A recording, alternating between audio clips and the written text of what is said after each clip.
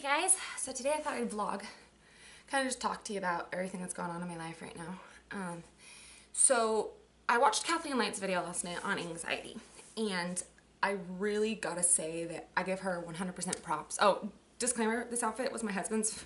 He was in the Navy, but he was stationed with Marines. He was a corpsman, and it's the most comfortable outfit ever. Any wife will know that. If anybody has been in the military, they'll know. Most comfortable outfit ever.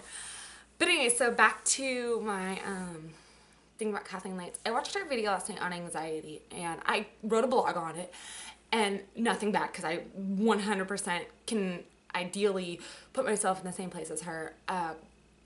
So today I'm doing it downstairs, so don't mind the messy background. My husband's video games.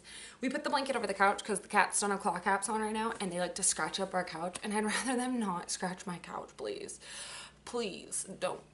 But anyway, so I'll just kind of piggyback off of hers. I know her and Jacqueline Hope both suffer from anxiety. But if most of you don't read my blog, I'm just gonna go ahead and step out of my fear zone right now, step out of a box and talk to you guys. When I was 17 years old, well, I was 16, it was my Spanish teacher had noticed something was wrong with me. That sounds really weird to say, but she'd noticed I couldn't function very well in class. She could tell I was really anxious, like something was wrong. She emailed my mom. No, she wrote a note to my mom and told her that she'd like her to come in so she could talk to her. So she talked to my mom, and she told my mom, her name was Senorita Brown, and I loved her. She was amazing. She told my mom that she thought I was dyslexic, but wasn't sure because my sister is dyslexic, but wasn't sure. At that point in my life, the anxiety and panic attacks were so bad, like physically bad. They put me on Paxil when I was 15 because they thought I was depressed. I wasn't depressed. Something was wrong. I've suffered with ADHD since I was 7 years old. And, you know, oh, don't put a child on medication, but I will attest to right now that Adderall was the best medication I've ever taken in my life because I was able to focus in school. I had good grades. I, was able to maintain my hyperactivity, my over-talking, like everything. I was able to maintain that. But 14, my dad, the summer I went to stay with my dad, my stepmom took me off of it. It wasn't her fault, it's just we didn't refill the medication. And then my doctor was in Longview and we lived in Seattle, and my mom decided to just, we couldn't really go back and forth to get me on the medication, so we just stopped. Well, then my body caught up with me, like puberty, everything. I mean, I'd already hit puberty, then my body fully caught up with me. Bam, wham, thank you, booty, everything, just caught up with me. Because I wasn't suppressed appetite. Because when you're on Adderall, your appetite is suppressed. It's not because you're just not hungry. It's because it's focusing your energy and your mind on everything that you're supposed to be focusing on. And I will attest to it right now that not every child needs to be on it.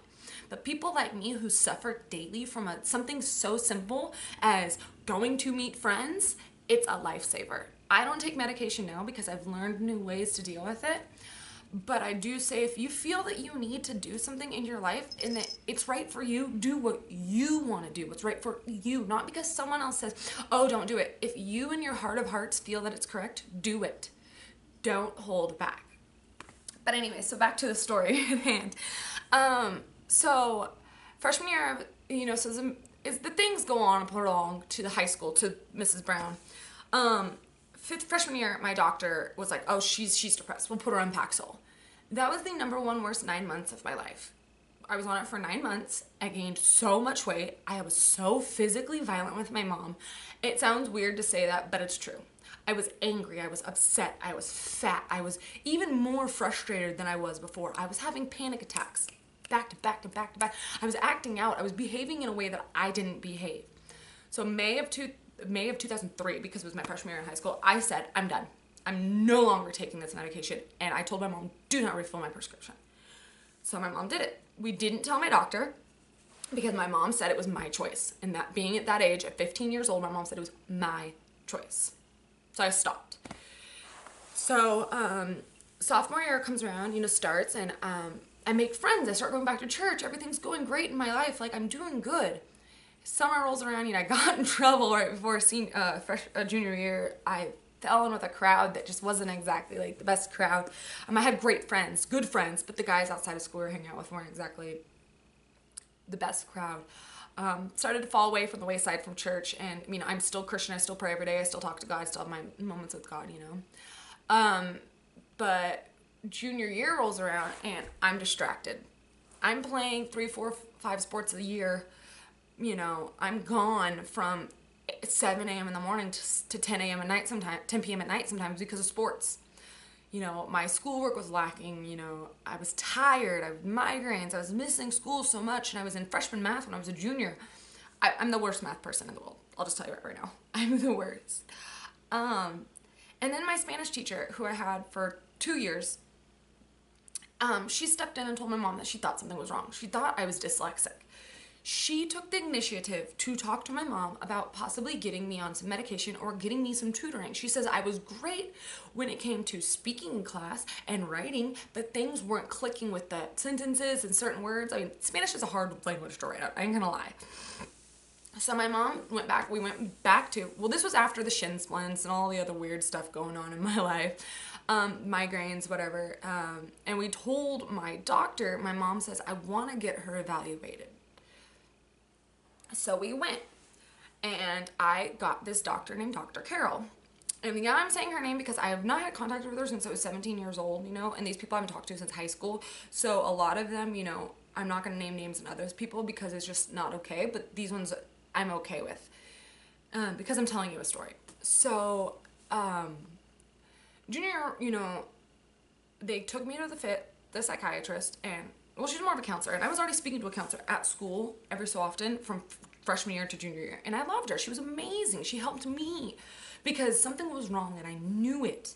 So finally, I get with, you know, my counselor, and she finally formally diagnosed me with severe anxiety disorder with borderline bipolar syndrome.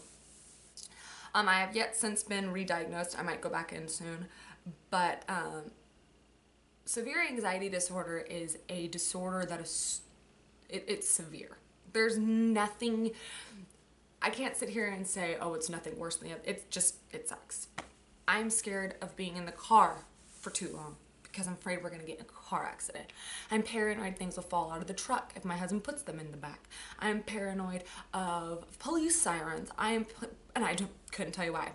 I'm paranoid of people breaking into my home. I'm scared to make friends.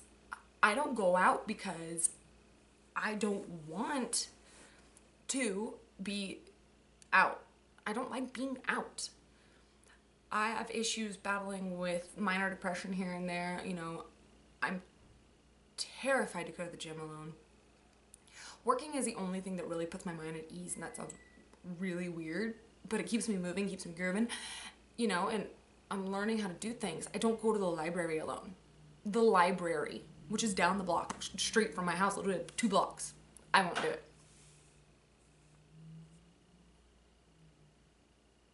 The cat's moved.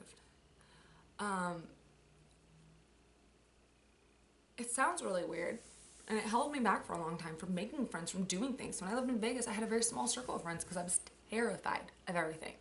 Vegas was the biggest move and the biggest leap in my life. Getting married was the biggest leap in my life. Meeting my husband was a leap in my life, and meeting my husband was probably the best thing that ever happened to me. He treats me like a princess. And, you know, looking back on everything, I've been on so many medications. I was on Trileptal, I was on Abilify, I was on Prozac, Wellbutrin, you name it, I was on it. Nothing helps, except for Adderall. Shocker. But the thing is that I'm not making this video because I want you to feel sorry for me. I'm making it because I want people to know that a disorder like severe anxiety disorder, bipolar syndrome, manic depressive disorder, anything in those things, it's hard to live a day-to-day life. It's hard to pretend that I'm okay when I'm not. I don't like being alone. I have insomnia. I just am a walking disaster. But I'm coming out and saying this because I want people to understand that not everyone's life is perfect. You know, not everyone has that. Oh, I get up and I do this and I run 5 miles and I have all these great friends. Well, I'm not that person. It takes a lot for me to get out that front door. It takes a lot for me to suck it up and go, I'm going to work today. If I didn't have to work, I wouldn't work. That sounds horrible. I wouldn't work. I would stay home. But I can't do that. I can't let my anxiety take over. My social anxiety is so bad that I don't make friends. I have maybe here in Boise 3 friends, 4 friends. And it's because of my severe anxiety disorder, because I'm scared to say, would you like to hang out? Or yeah, I'd like to go out with you. Give me your number. I'm scared. And there's no reason to be. So the point of me making this video is to kind of let you guys know who I am a little bit more on a different basis. I'll get into more things about who I am and whatever too, just to kind of let you guys know what's going on with my life. But that took a lot on my heart and my soul, so please no negative comments. And if you want to, you know, see more videos, more vlogs, go ahead and subscribe. I will link the description in the box below. I will also put in my YouTube name, not YouTube, obviously you're on it, my Twitter, my blog, my Instagram, my Snapchat, and my Facebook page. My Facebook, though, is private. It's for family only. But I do have a Facebook page where I will interact with you if you do, you know, write on it. So thank you for listening and taking the time to actually listen to my story, because it means a lot to me that I could talk to you guys. So just have a great day.